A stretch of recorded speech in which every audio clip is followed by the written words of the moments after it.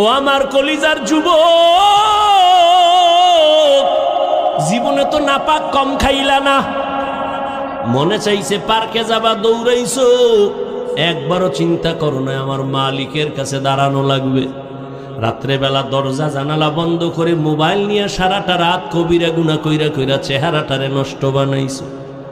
নিজের মনে করো মহাপণ্ডিত, অথচ আমার মাওলা জানে তুমি বড় চরিত্রহীন। সারা রাত মোবাইল দেইখা দেইখা কবিরা গুনাহ করেছো। আজকে তোমার চেহারার মধ্যে নূর নাই, কোনো আলো নাই, চেহারায় কোনো মায়া নাই। ও যুবক, মনে চাইছে নামাজ পড়বা না, পড়ো নাই।